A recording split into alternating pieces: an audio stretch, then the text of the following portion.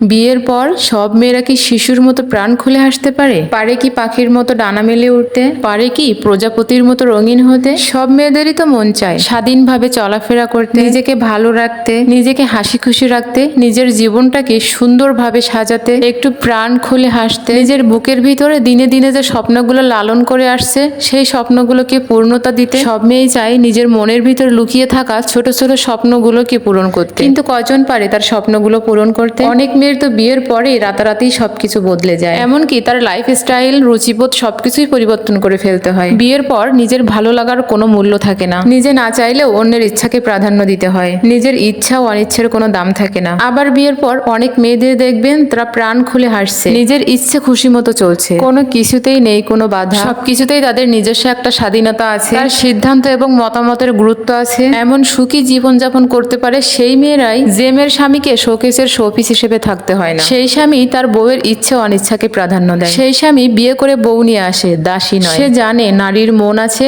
নারীর মতামত দেওয়ার রাইট আছে, সমস্ত শখ আহ্লাদ পূরণ করার অধিকার আছে, আছে সুন্দরভাবে বাঁচার অধিকার। সে কিন্তু বউকে অতিরিক্ত আদর দিয়ে মাথায় তুলছে না, সে শুধুই তাকে নিজের মতো করে বাঁচার স্বাধীনতাটুকু দিচ্ছে, কারণ সে জানে সবাই সুন্দরভাবে বাঁচার অধিকারটুকু রয়েছে।